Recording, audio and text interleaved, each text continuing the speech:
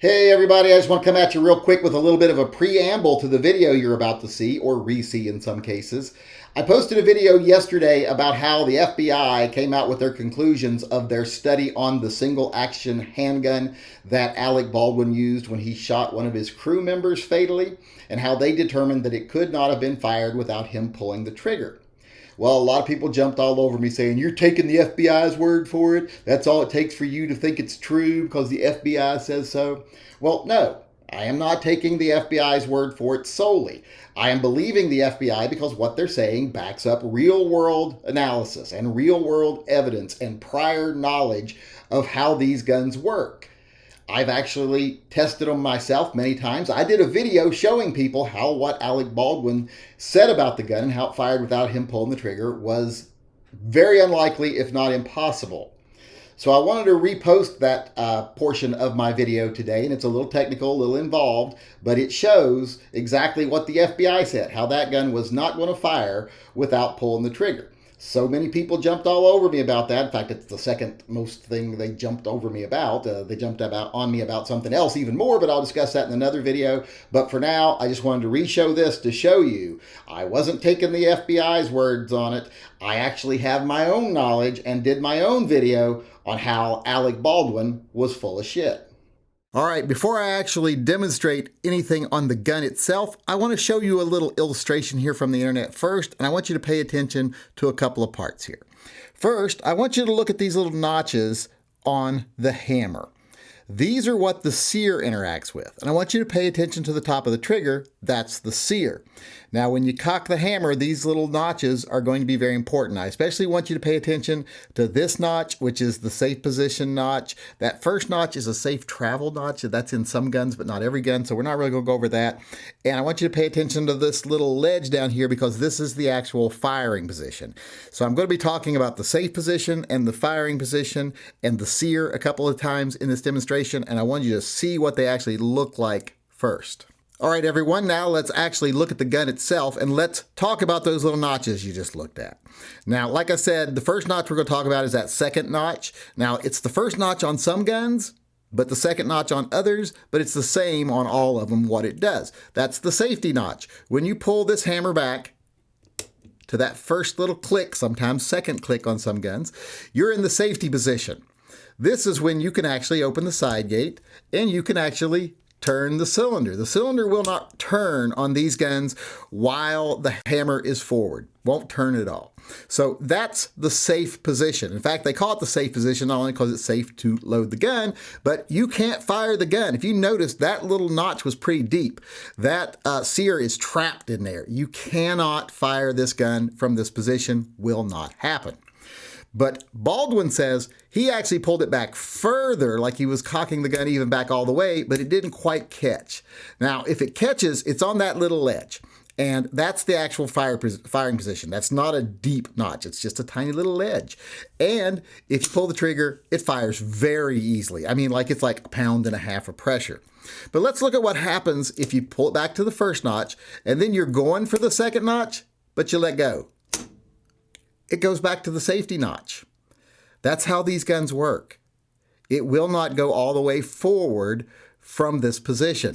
Unless the gun was severely damaged, that just isn't going to happen. It's either going to catch or it's not going to catch. Even if I pull the trigger here and release it and then let it go forward, locks into the safety position. It is not going to go forward and fire as you're thumbing it back. The only way to get it to go forward and fire while you're thumbing back is to hold the trigger back and let go of it. You can do that. That's about the only way you can do that. Any other way, it's not going to work. All right, now let's take a look at a little bit different gun. And I want to look at the Vaquero here because I saw someone who was a supposed expert on the internet explaining how single action armies can do what he said they did, what Baldwin said it did, by using a Vaquero to demonstrate. Well, I want to point out he doesn't know what he's talking about because the Vaqueros do not operate the same as traditional single-action armies.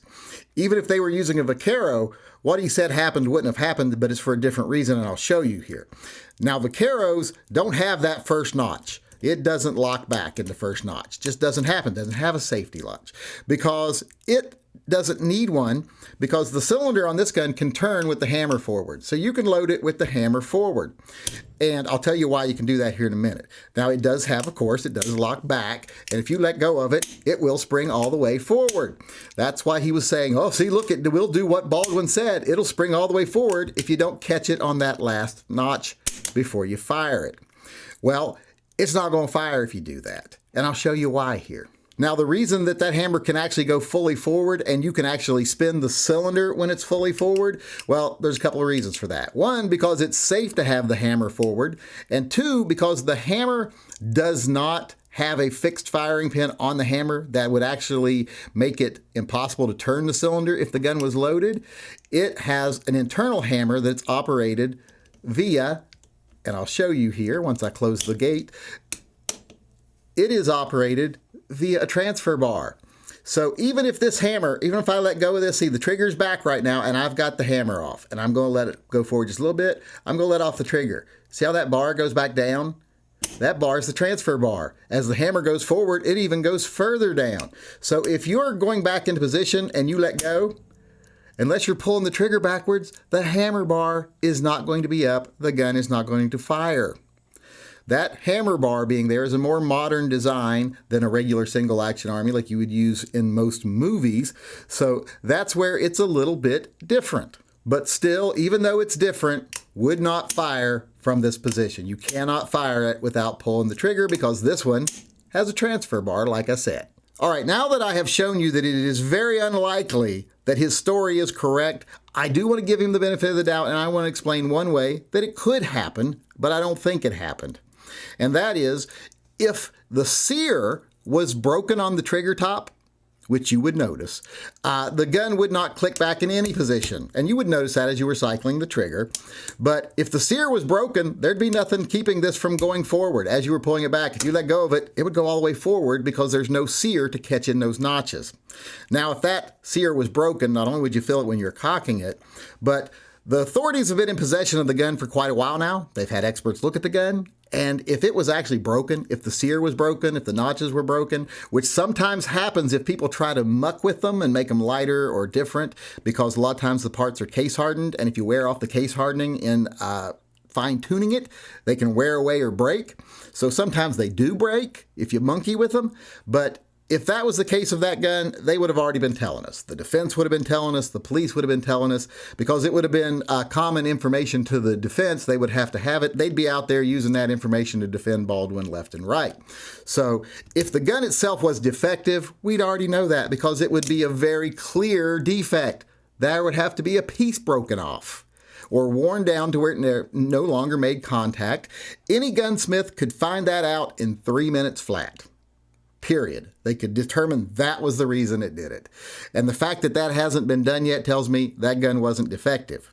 And if that gun isn't defective, I hope it stays that way. I hope the defense doesn't somehow get a hold of the gun and now miraculously it's defective. So I'd be paying attention to that because if it was defective, like I said, they would have already told us. And since we haven't heard anything about a defective gun, the gun we have to assume is in working order. And if it's in working order, like I just demonstrated here with the older style gun and the newer style gun, that whole story about pulling the trigger most of the way back and letting it go and it firing, that's just all bunk.